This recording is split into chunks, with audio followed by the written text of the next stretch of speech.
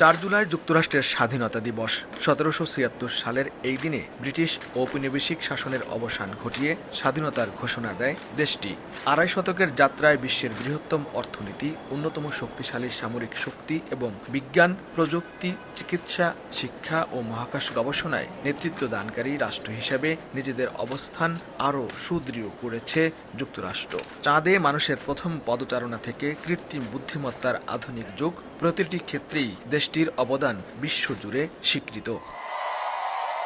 স্বাধীনতার 250তম বার্ষিকী উপলক্ষে সাউথ ডাকোটার ঐতিহাসিক মাউন্ট রাশমোরে ভাষণ দেন মার্কিন প্রেসিডেন্ট ডোনাল্ড ট্রাম্প। স্বাধীনতার স্থপতিদের প্রতি শ্রদ্ধা জানিয়ে যুক্তরাষ্ট্রকে বিশ্বের সবচেয়ে শক্তিশালী, স্বাধীন ও সফল দেশ হিসাবে উল্লেখ করেন তিনি। একই সঙ্গে প্রতিষ্ঠাতাদের আদর্শ, সংবিধান, জাতীয় ঐক্য ও সীমান্ত নিরাপত্তা রক্ষায় দেশবাসীর প্রতি আহ্বান জানান এবং দেশে কমিউনিজমের বিস্তার নিয়ে উদ্বেগ প্রকাশ করেন তিনি।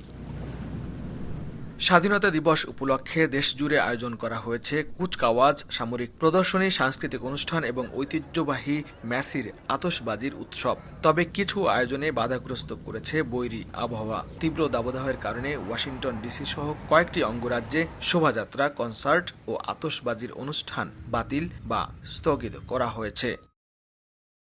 স্বাধীনতার 250 বছর পূর্তি উপলক্ষে প্রেসিডেন্ট ট্রাম্প এবং যুক্তরাষ্ট্রের জনগণকে বাংলাদেশের সরকার ও জনগণের পক্ষ থেকে আন্তরিক শুভেচ্ছা ও অভিনন্দন জানিয়েছেন প্রধানমন্ত্রী তারেক রহমান। শুভেচ্ছা বার্তায় তিনি বাংলাদেশের গণতান্ত্রিক অগ্রযাত্রা, অর্থনৈতিক উন্নয়ন এবং আঞ্চলিক স্থিতিশীলতায় যুক্তরাষ্ট্রকে একটি বিশ্বস্ত বন্ধু ও গুরুত্বপূর্ণ উন্নয়ন অংশীদার হিসেবে উল্লেখ করেন। একই সঙ্গে দুই দেশের বিদ্যমান সহযোগিতা ভবিষ্যতে আরও গভীর হবে বলে আশা প্রকাশ করেন প্রধানমন্ত্রী। লস্কর আল মামুন, সময় সংবাদ, যুক্তরাষ্ট্র। এক মিষ্টি সকাল, কানে কানে কিছু গুনগুনিয়ে বলে যায়, কাছে আয়, ভেসে যায় হাজার ফুলের ঠিকানায়, ছুঁয়ে দিয়ে ডুবে যায় সুগন্ধে শেষে মানায়। তিব্বত লাক্সারি সো, বাংলাদেশের রূপ।